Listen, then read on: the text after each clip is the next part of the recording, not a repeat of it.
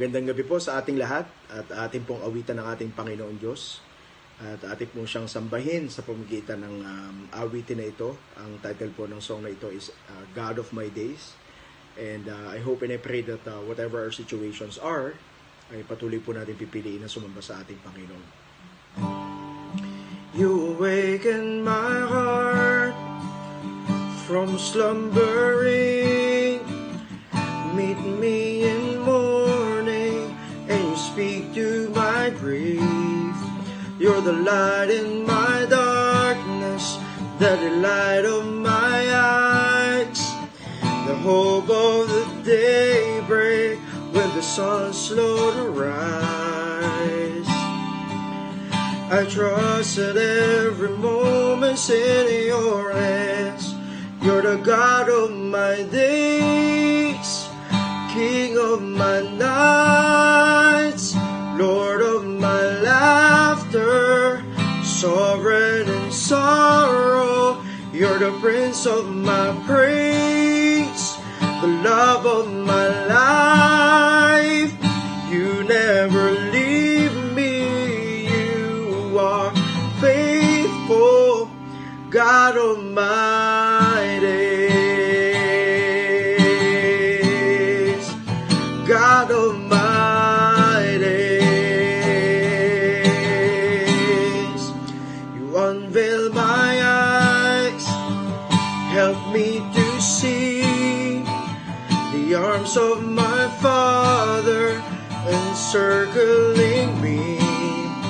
You're a constant companion, I am never alone. Your love is the banner that's leading me home. I trust that every moment's in your hands. You're the God of my days, King of my nights, Lord of my laughter, sovereign in sorrow. You're the Prince of my praise, the love of my life. You never leave me, you are faithful, God of my days, King of my nights, Lord of my laughter, sovereign in sorrow. You're the Prince of my praise, the love of my life. You never leave me, you are faithful, God of my days, God of my days.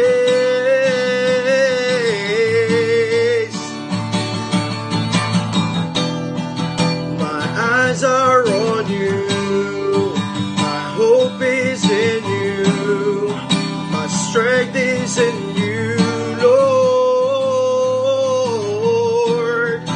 My eyes are on you, my hope is in you, my strength is in you, God of my days, King of my nights, Lord of my laughter, sovereign in sorrow. You're the Prince of my praise, the love of my life. You never leave me, you are faithful, God of my days, King of my nights, Lord of my laughter, sovereign in sorrow. You're the Prince of my praise, the love of my life. You never leave me, you are faithful, God of my days. You're the God of our days. You are faithful till the end, Lord. You're the God of our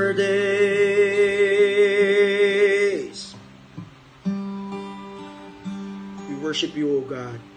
We adore you. For you alone deserves our highest praise and honor. In Jesus' name, amen. Isang mapagpalang gabi po sa ating lahat. Ngayon pong gabi ay pagpapatuloy natin ang ating team na Understanding the Basic. At ang pag-uusapan po natin ay ang patungkol sa kahalagahan ng salita ng Diyos. At ito po ay matatagpuan sa 2 Timothy 3:15 hanggang 17. Ito po ang sinasabi, mula pa sa pagkabata ay alam mong ang banal na kasulatan ay nagtuturo ng daan ng kaligtasan sa pamamagitan ng pananampalataya kay Kristo. 16, ang lahat ng kasulatan ay kinasihan ng Diyos at nagagamit sa pagtuturo ng katotohanan, sa pagtatama ng maling katuruan, sa pagtutuwid sa likong gawain at sa pagsasanay para sa matuwid na pamumuhay. 17, upang ang lingkod ng Diyos ay maging karapat-dapat at handa sa lahat ng mabubuting gawain. Sa Diyos po ang kapurihan sa pagkabasa ng kanyang makapangyarihang salita. Tayo po ay manalangin. Aming Diyos na banal, dakila, tapat, at mapagmahal, maraming pong salamat sa gabing ito. Kayo po ang gumabay sa bawat isa sa amin kahit po kami magkakalayo. Patuloy na kayo po ang nagtuturo, nagtatama, Panginoon, at nagpapaalala sa amin kung gaano kahalaga ang iyong salita at para po ito ay may apply namin sa aming mga buhay. Marami pong salamat ngayong gabi, Panginoon. Maparangalan ka sa bawat buhay naming lahat. Sa iyo po ang kapurihan sa pangalan ni Jesus. Amen. Amen. Ayun po.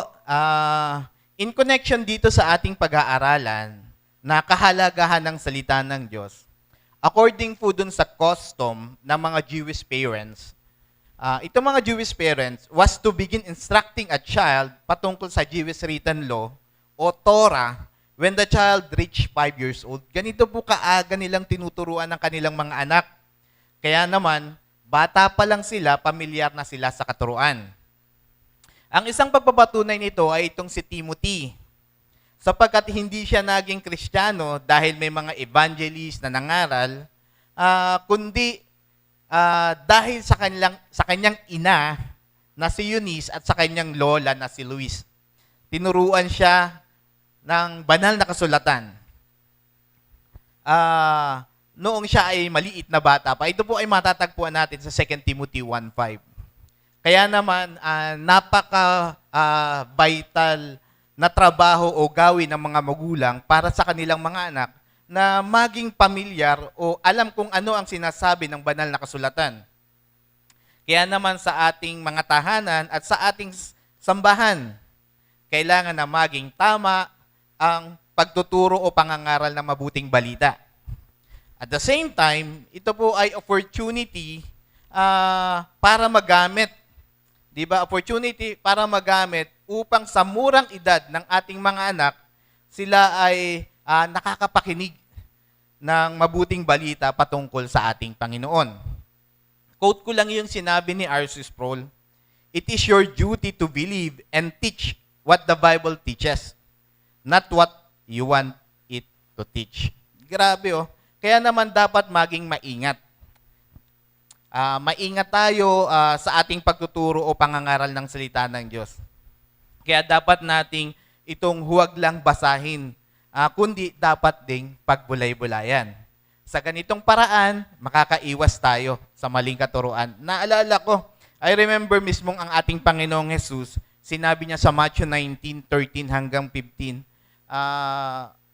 sabi dun sa 14, "Hayaan ninyong lumapit sa akin ng mga bata.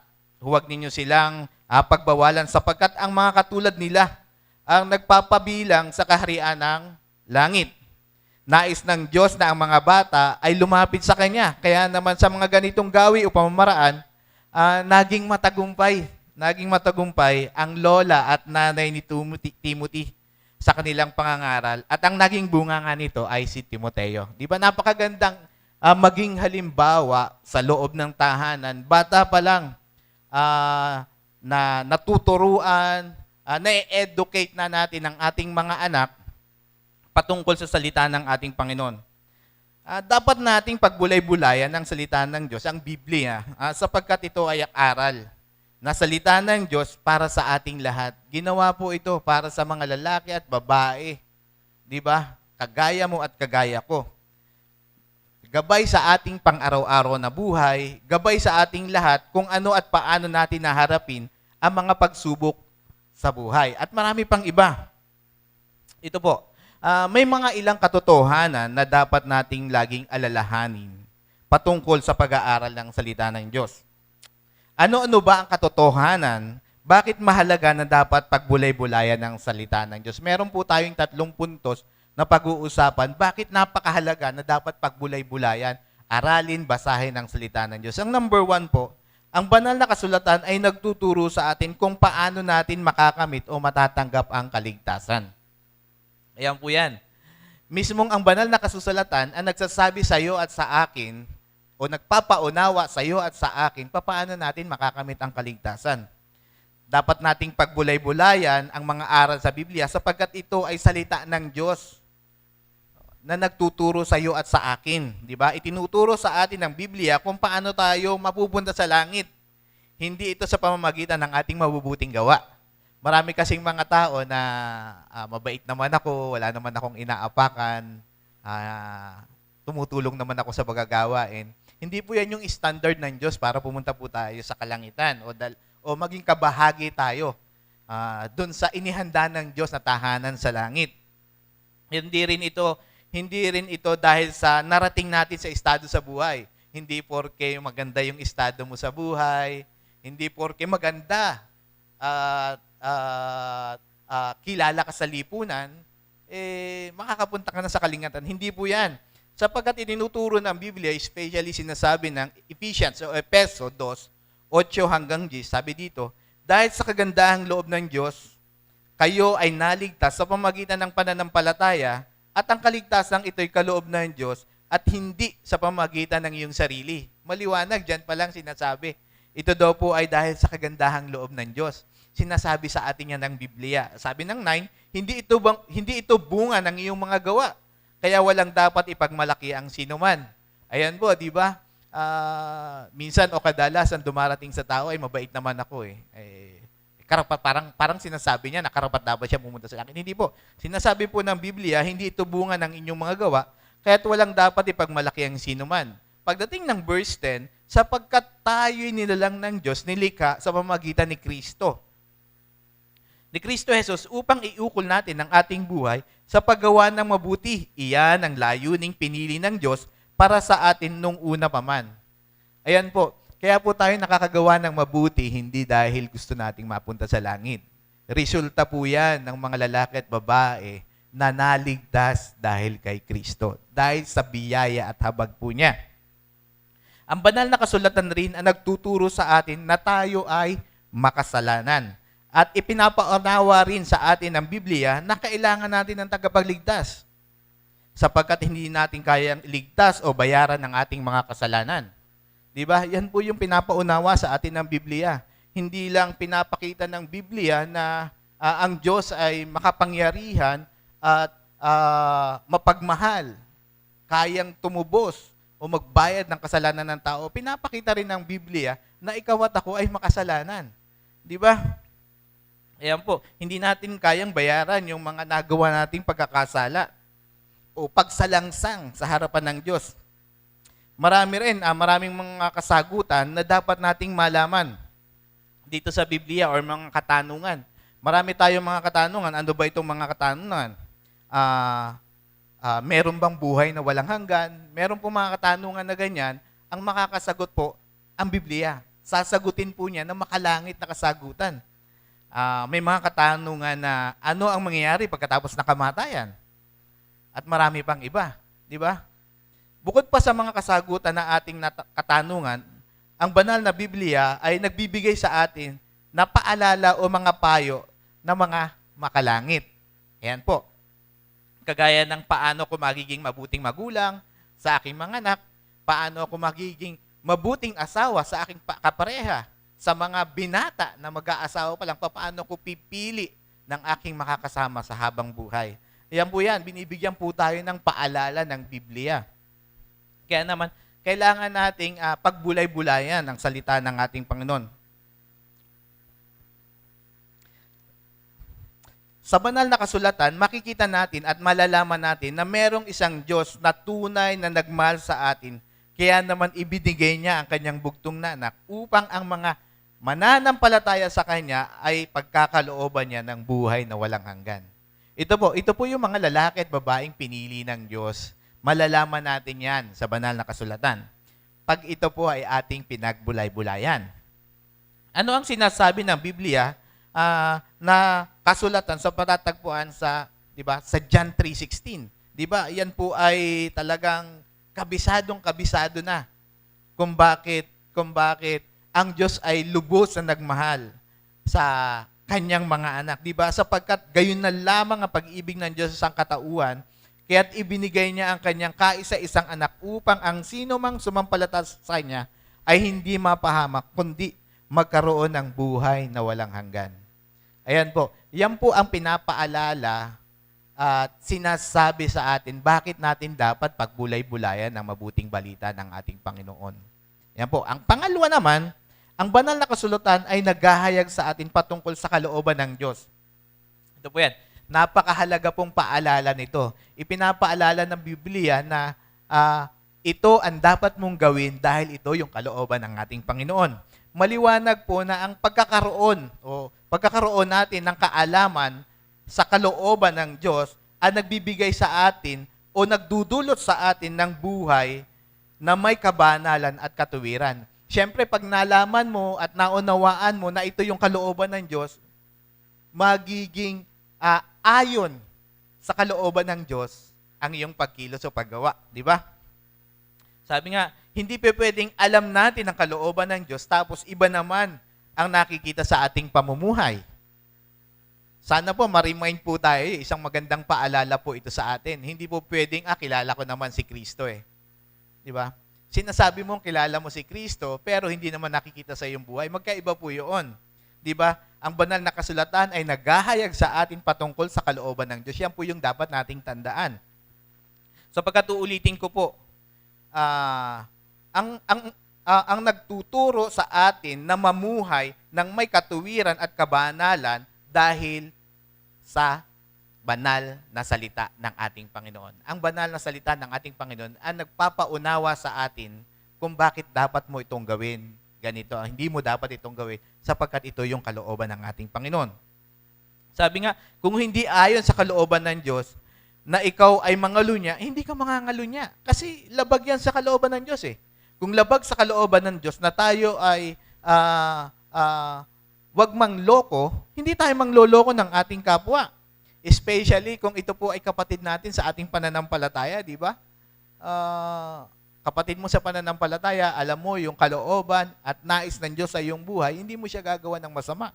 Sapagkat ito po ay labag sa kalooban ng ating Panginoon. Kaya ang banal na kasulatan nagpapaunawa sa atin kung ano yung dapat nating gawin.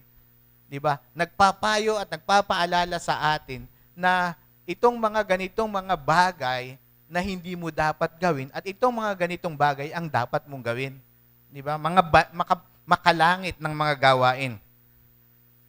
Sa madaling salita, kung nais nating magkaroon ng matagumpay at mapayapang buhay, galing at mapayapang buhay dahil kay Kristo, pagbulay-bulayan natin ang banal na salita ng ating Panginoon. Sundin natin ang nakatala sa banal na salita ng ating Panginoon. Huwag po natin kalimutan yan. Review po tayo. Yung number 1, bakit natin kailangan pagbulay-bulayan? Ano ang katotohanan? Bakit mahalaga na dapat pagbulay-bulayan ang salita ng ating Panginoon?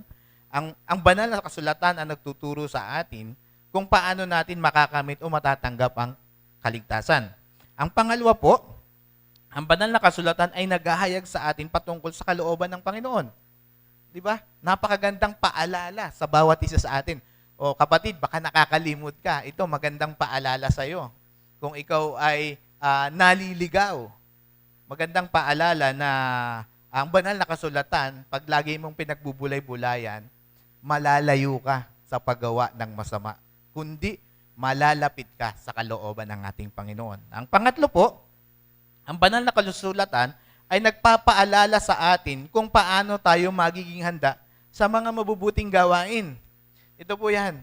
Nalaman mo na ang Diyos ay nagbigay sa iyo ng buhay na walang hanggan, naligtas ka, pagkatapos nalaman mo na ang banal na kasulatan ang nagpapaalala sa iyo sa nais o kalooban ng ating Panginoon. Dito po, pinapaalala rin ng banal na kasulatan para ikaw at ako ay maging handa sa mga bagay o mabubuting gawain na kalooban ng ating Panginoon. Isang paalala sa ating lahat na karapat-dapat nating pagbulay-bulayan ang salita ng Diyos sapagkat napakaraming mga maling aral o katuruan ang naglipana dito sa mundo. Ayan po yan. Ang Biblia ang tanging kasagutan sa mga Siyempre, pag may maling katuruan, may tamang katuruan. Ito ay matatagpuan natin sa banal na kasulatan. Itinuturo sa atin ng banal na kasulatan kung sino ang Diyos. At kung mali ang ating pananaw patungkol dito, tulad rin po ito ng pagsamba sa Diyos-Diyosan o hindi tunay na Diyos. Di ba? Kaya po, dapat po, kung pinagbubulay-bulayan po natin ng ating Panginoon, hindi po tayo mamamali, mapupunta dun sa mga maling aral. Ang banal na kasulatan rin ang nagpapaunawa sa atin sa mga tamang mga gawain. Ayan po yan. Ipinapaunawa rin sa atin ito na ibigin natin ang Diyos. Ayan po yan. Napakaganda po niyan. Ito po ay napakamagagandang gawain na dapat makita sa mga lalaki at babae na tunay na nagtiwala at nagpasakop sa ating Panginoon. Ibigin natin ng Diyos. Sapagkat at sabi ng 1 John 4:19, tayo'y umibig sapagkat ang Diyos ang unang umibig sa atin. Ayan po yan. Bakit ko po ito inilagay dito? Sapagkat ang mabubuting gawain, mahalin mo yung iyong kapwa, wag mong lulukuhin. Ayan po yan. Kaya ka nakakapagbigay ng pagmamahal sa iyong kapwa kasi nakatanggap ka ng pag-ibig na mula sa Diyos. Kaya naman, itong pag-ibig na to ay nais mong ipadama o ipalasap dun sa mga lalaki at babaeng wala pang tunay na pagkakilala sa Diyos. Makita sa'yo na buhay si Kristo, makita sa'yo kung paano ipinadama ng Diyos ang kanyang pag-ibig. Nang sa ganun, ikaw ay maging instrumento ng pagmamahal ng Diyos sa kanila. Di ba? Sa pagbubulay-bulay natin ng salita ng Diyos, maunawa natin na dapat nating ipadama ang ating pag-ibig at malasakit sa ating mga kapatid o sa ating kapwa. Ayan po yan. Sabi nga, ikaw at ako ay nilalang ng Diyos, hindi para sa sarili lamang, kundi magkaroon tayo ng malasakit sa ating kapwa. Ipadama natin yung pag-ibig natin sa Kanya. Sabi nga, yung mabubuting gawain, kung ikaw yung lalaki at babae nakadama ng wagas na pag-ibig ng Diyos. Kung dati madamot ka, ngayon hindi ka na madamot. Di ba? Sabi nga, hindi ka na madamot sa pagtulong sa iyong kapwa, hindi ka na madamot, makibahagi sa gawain, especially sa gawain ng ating Panginoon. Sabi nga, naiibigay na natin ang ating oras at lakas. Kalakip nito yung ating mga pagpapalang tinatanggap. Kung ikaw ay nakadama ng pagmamahal na pag-ibig ng Diyos, ikaw ay magiging mapagbigay at nais mo lagi na yung pagpapala na natanggap mula sa Diyos ay maibahagi mo sa iba. Nang sa ganun, madama rin ang iba na buhay ang Diyos sa iyong mga buhay. Ang tanong, kumusta kapatid ang pag-aaral mo ng iyong banal na kasulatan? Di ba? Naisa sa pamuhay mo ba ito? Nawa, ang aking pong dalangin ay naisa sa pamuhay natin. Sapagkat ito po yung karapat-dapat at nais ng Diyos para sa kanyang mga anak. Hindi yung pagkagising mo kinaumagahan, diretso ka na, pasok, trabaho, aral, di ba? Magbigay po tayo o maglaan po tayo ng oras sa pagbulay-bulay ng kanyang salita. Sapagkat maganda po na sa loob ng tahanan, especially sa loob ng tahanan, kung mag-aaral ka ng salita ng Diyos, huwag mong sarilinin, isama mo yung mga mahal mo sa buhay. Nang sa ganun, pare-parehas tayo natututo, pare-parehas tayong nauunawaan natin kung ano yung nais ng Diyos. at maging handa tayo sa paggawa ng mabuti. Di ba? Nang ano naman, ikaw at ako ay magamit ng ating Panginoon sa pagpapalaganap ng salita ng ating Panginoon, di ba? Ay ang tanong, paano naman natin ito may apply sa ating buhay? Ito po, maging gawi ang pananalangin at pagbabulay-bulay ng ating salita. At sabi nga, maging gawi ang pananalangin at pagbulay-bulay ng salita ng Diyos. Maging gawi po natin yan. Sabi nga po, sa panahon na tayo ay tinatamad, manalangin at mag-aral ng salita ng Diyos. Ayan po yan. Dapat lalo nating naisin na gawin ito sapagkat pag ito ay ating napagtagumpayan, ito ay magiging gawi o kasanayan ng ating buhay. Di ba? Kung kailan ka tinatamad, kung kailan ka parang ayaw mong manalangin, doon ka mas lalong manalangin. Di ba? Kung ayaw ng mga kasambahay mo na manalangin, doon mas lalo mo silang invite na manalangin at isama sa pag-aaral ng salita ng Diyos. Sabi nga, ang Biblia ay isang aklat, hindi lamang binabasa. Ito ay dapat pag-aralan o isapamuhay sapagkat kung hindi natin maisasapamuhay ang ating mga natutunan dito, wala itong pinagkaiba sa isang mainit na kanin o painit na pagkain. Pagkatapos mong isubo, nilunok mo na, wala man lang pagmuya, di ba? Wala kang, sabi nga, yung masustansyang pagkain, pag isinubo mo, nilunok mo na, hindi mo na dissect, hindi mo nakuha yung sustansya. Di ba?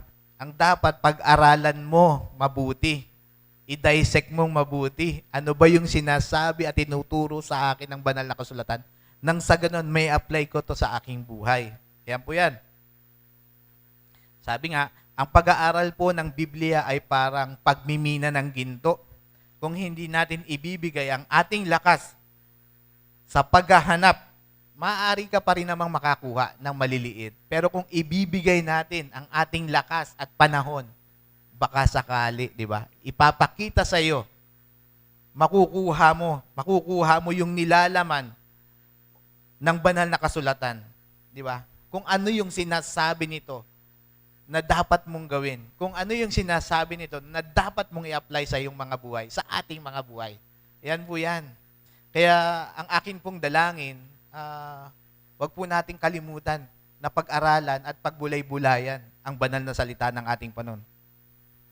Kaya naman po isang paalala sa ating lahat, wag tayong makalimot na pagbulay-bulayan at ibahagi sa iba ang ating mga natutunan. Maraming pong salamat po. Sa Diyos po ang kapurihan, tayo po ay manalangin. Aming Diyos na banal at dakila sa lahat, salamat po sa gabi na ito. Patuloy nga, Ama, na ang iyong banal na kasulatan ay makapangyarihan. Nagtuturo sa amin ng mga bagay na hindi namin alam. Nagbibigay sa amin ng makalangit na kasagutan sa mga katanungan. Kaya, Ama, maraming pong salamat. Maparangalan ka po sa aming mga buhay. Sa iyo ang kapurihan, Panginoon. In Jesus' name, Amen.